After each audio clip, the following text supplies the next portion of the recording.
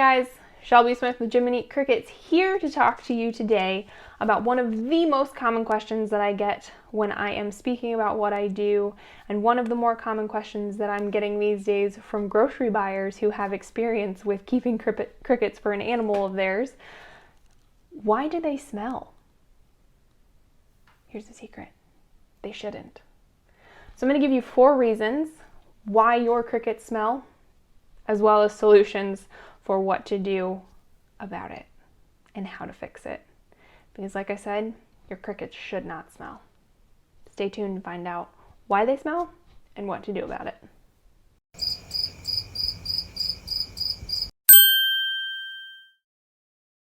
So whenever I walk into either my cricket barn or a grower's cricket barn, the very first thing that I do when I walk in the door is I stand there and I take a big deep breath. And actually I take a couple big deep breaths to really get the smell and the feel of the overall atmosphere. If it smells like anything other than what I would describe as warm cornflakes, basically warm chicken feed, I know that there's a problem and something needs to be done. Smell is the biggest indicator of an issue within your cricket colony. Your crickets should not smell. But there's a few common mistakes that make them smell. And everybody knows when you walk into a pet store whether or not there's crickets in that store. Newsflash, it's not a good thing. So reason number 1 why your crickets stink: your moisture levels are too high. Moisture is your enemy once you get past about 7-day-old pinheads. It just causes problems. It gets in the housing, makes it mold, it attracts bacteria that you don't want and lets it flourish. It attracts things like fruit flies. Additionally, it gets the cricket frass, the cricket poop, all wet. Believe it or not, cricket frass is dry. It doesn't smell. When you start adding some water to it, trust me, it smells. So how do you fix it? If you can get your relative humidity between 35 and 45%, particularly for Acadia domesticus, so the common house cricket, the one that I raise, you're doing well. So things like adding ventilation holes if you don't have them, or making bigger ones if you do have them, or getting some air movement. Maybe you need to add a fan, something like that. Anything to get your relative humidity down is going to be ideal. The other thing, because I've seen this a lot, is do not incubate and try to hatch in the same bin that you're growing out adult or 2, 3, 4 week old crickets in. Have 2 separate ones if you can. Doesn't need to be anything huge, just if you can have a small plastic container over here for incubation and hatching where you have a higher humidity, so maybe you don't have as many ventilation holes or you're artificially putting in more humidity. I don't know. Just have 2 separate environments, one for the actual grow out, one for the incubation.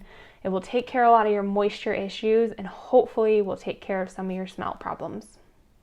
So reason number 2 why your crickets might smell, and this one might seem like an obvious one, but is commonly overlooked: rotten feed, rotten food.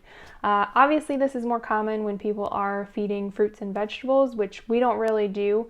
We stick to mostly dry feed with the exception of when they are fresh hatched pinheads. We do sliced potatoes, but past that we don't really deal with it. But if you are feeding fruits and vegetables, which is totally fine, make sure that those are not rotting. Causes its own problems. Rotten food, the last time I checked, has never smelled good. Crickets or no crickets. So how do you fix this? You have a couple options. You could switch to an all dry feed, and if you're going to do that, I would recommend, if you have access to it, if you can do a non-medicated chick starter from your local farm store, preferably a mash, which just means that it's ground up. That will work great. Otherwise, if you do want to stick with some vegetable scraps, fruit scraps, or even a little bit of meat scraps, that's totally fine. Just make sure that you keep an eye on it and that you're rotating it often, and that the first sign of decomposition, whether it be mold or whether it start to be a little bit of a rotten food smell, just make sure that you are rotating that and getting that out of the habitat. Not only are you going to cut down on attracting things like fruit flies that you don't want, or proliferating bacteria growth, your whole habitat will smell better if there's no rotten food. So the third reason why your crickets might smell is a dirty house. This again might seem kind of obvious, but imagine if you had a horse stall or a pigsty or any other traditional livestock animal, or even a friggin' litter box that you never cleaned out. Obviously, it's going to start to stink. Same sort of thing with this. Now, assuming that your moisture levels are in check and you don't have rotten food sitting around, you can probably get through one full growth cycle with your crickets without cleaning it out and shouldn't have too big of a smell issue. But if you do have a humidity problem or something like that, you need to make sure that you're keeping things cleaned out before and while you get that addressed. And let's say that you had a humidity problem and then you got it under control, but you didn't change the housing. That might be problematic as well. So if you don't keep a clean house, don't expect it to smell good. So how do you fix it? Start over with your housing, preferably every round. So each growing round, 5 weeks if you're keeping them at 86 degrees. Trade out your housing, whether it be sterilized housing, so you could heat it to sterilize it, or probably UV ray it or something like that. I don't know. Regardless, just make sure your housing is clean. Again, if you had any of the previous issues, so if you had a whole bunch of like rotten food that got all over your housing, or if you had housing that got wet, you're best off scrapping that and starting over, because more than likely you have some sort of a bacteria growth already happening, and so the best way to get rid of it, get rid of the housing and start over. And the fourth and final possible way for today that your crickets are smelly is there's dead crickets. Have you ever heard of any animal dying and starting to decompose that doesn't smell? If you've ever come across a rotten carcass in the wild of whatever it is, maybe it was a dead rabbit or a squirrel or something like that.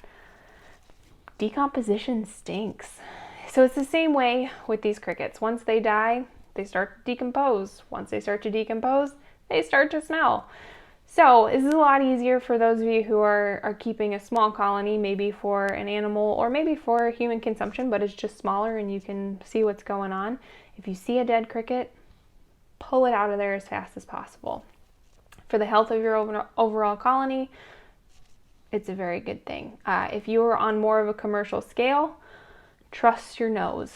As long as your humidity is in check and your feed is not rotten, if you're starting to smell something that's off, you probably have die-off in one of your bins. So trust your nose. I don't know, I can usually scope out with my nose which bin is having the problem. And so it's best to try and isolate that bin, get everything cleaned out, even if it's mid-cycle, get everything cleaned out and get the ones that are alive and survived into a new bin, and then keep an eye on it. But the presence of dead crickets will definitely make them smell. So get rid of those dead ones as fast as possible. So I already alluded to this with what you do with dead crickets. Get them out of there. Throw them out in your garden. They'll make really good compost. Just get them out of the bin that you have all of your other live and healthy crickets in. The longer you wait on that, the worse it's going to smell, and the health decline of your overall population will be noticeable. You will start to have more and more dead crickets because it's not a good thing. So get them out of there as fast as possible.